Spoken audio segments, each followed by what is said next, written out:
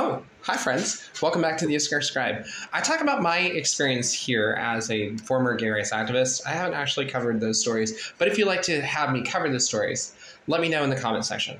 But I am responding, and I have been really processing the recent Jubilee film document that talks about LGBTQ versus former LGBTQ, and Can You Stop Being Gay? I think is the name of it. I can't remember off the top of my head.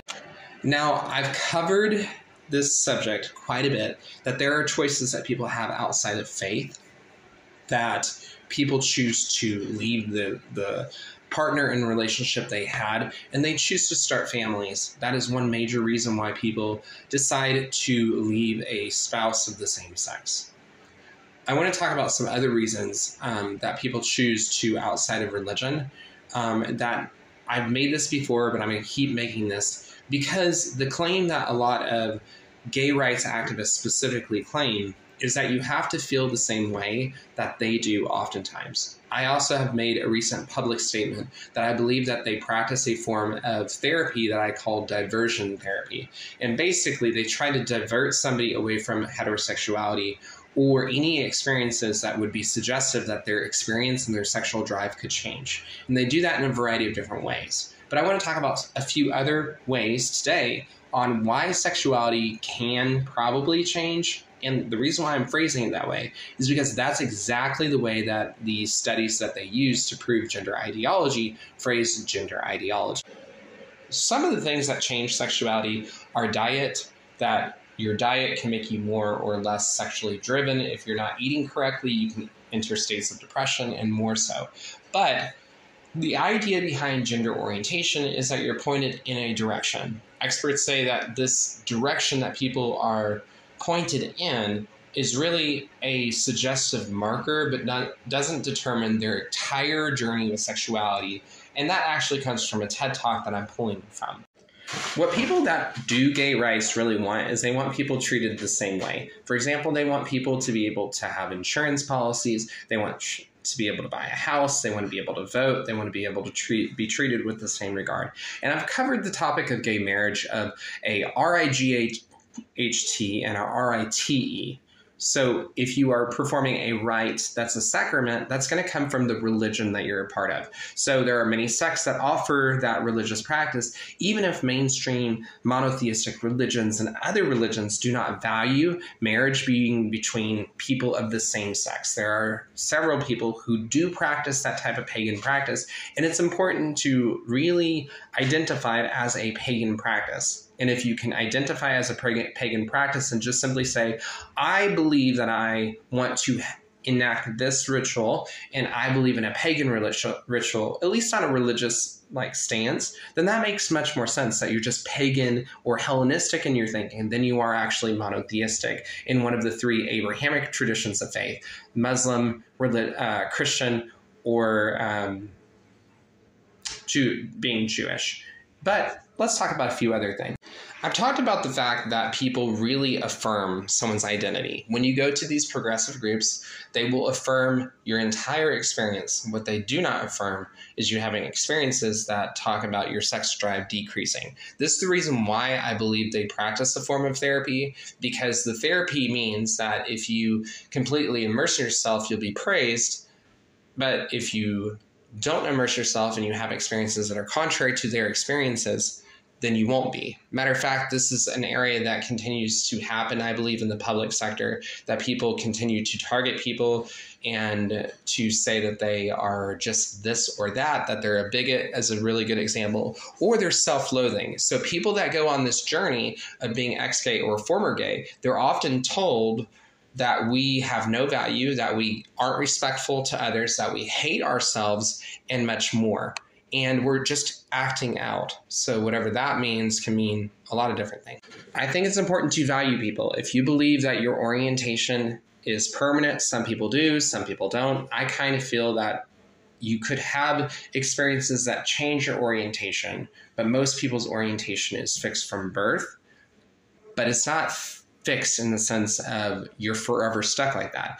And again, queer experts and scientists and sociologists and more that have studied this have proven that for whatever reason, people decide for many factors.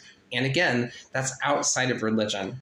Now, if you are religious, if you are a progressive Christian and you believe in gay marriage and all those things, you can believe in those things and still have friends that don't and go out for coffee. But when this becomes politically active, where people start claiming that people that don't support gay marriage are a bigot and they hate people, then you're going really into not history, not psychology, not sociology. You're really going into religion, and they just don't take the same doctrinal stance that you do. You have to be able to be okay that they don't take that stance and that they believe that for a variety of different reasons. But this video is not the religious components as to why people may not view homosexuality as a good option for people or that gets people into heaven. That's not what this video is about. Although I'm probably going to start making playlist videos on why is homosexuality considered a sin in scripture and why do progressives not consider it a sin. And that's a totally different concept. Again, I'm simply talking about reasons why people decide to leave a homosexual lifestyle or leave a homosexual partnership. It can be, but not limited to, several different things. They can go through major changes in their life. For example, and on drama series, I think on Grey's Anatomy, there's an example of a person splitting up with their partner. Not going for the person of the opposite sex, but they leave because they have this trauma and they break up their relationship. Now, people can claim that that's a breakup in a relationship and not leaving a lesbian relationship, but the notion is that sexuality can also be experience-based. So what's not to say that if that lesbian meets somebody who's able to take care of their emotional needs, then maybe they might be interested in pursuing a relationship with somebody that is pretty healthy and not offering abusive words or manipulation. And this is one of the things that really does cause people to leave a gay relationship and seek out a heterosexual partner or a bisexual partner or whatever sexual partner, a person that is not of the same orientation that they are. So that's one example. Another example is drug use. So drug use can alter the mind. We see that people can do all sorts of things when they're in an altered mind state that they wouldn't normally do. And it takes sometimes a long time for that actually to get out of the nervous system and out of the lymph nodes and stored in the body. And sometimes it takes upwards of years depending on what you've done to your body. And that can really alter your brain chemistry and who you are as a person. Another area is that they could have a relationship with the same sex and they just don't see the same benefits. Some of the same things, like the example of getting married, is one of them. You just are not going to be able to produce a child with that person. Sure, you can go adopt, you can go have a surrogacy and all sorts of stuff, but it's not exactly the same as a heterosexual relationship. And we have to objectively say that it's not exactly the same. You can have a lot of the similar experiences, but even like with the transgender sexuality, you're not necessarily getting exactly the same. And there's a lot of kind of interesting conversation right now on transgendered individuals having periods when they are men who have transitions to being a woman. They might have symptoms that are similar, but they're not the same. They, as far as I know, they don't have blood clots and other things. And so these are some of the things that people run into from the gay community and from progressive activists that are not healthy, that exclude some of those experiences. It's really important for people to be honest where you are, be honest with your partner if you're really attracted to them or if you are opposite attracted. I've experienced several things in my life where I've been very honest. I was almost getting married to a girl, and as soon as she found out that I have attractions, she didn't know how to love me or how to respond. And that was very damaging in my life. In light of that, I feel that some of the things that I see from the culture of the gay community is you do have a lot of spouse swapping, and you do have a lot of really a lack of consideration for other cultures or other religions. and other political stance. There seems to be also this aspect of the gay community that is very Marxist and very socialistic and uninformed, but really liberalized to a very strong extent. So for all those reasons I've listed, abuse, drugs, emotional manipulation, and more, those are some of the reasons why people lead a gay lifestyle. Hope you've enjoyed. Subscribe, like, and I'll see you on the flip.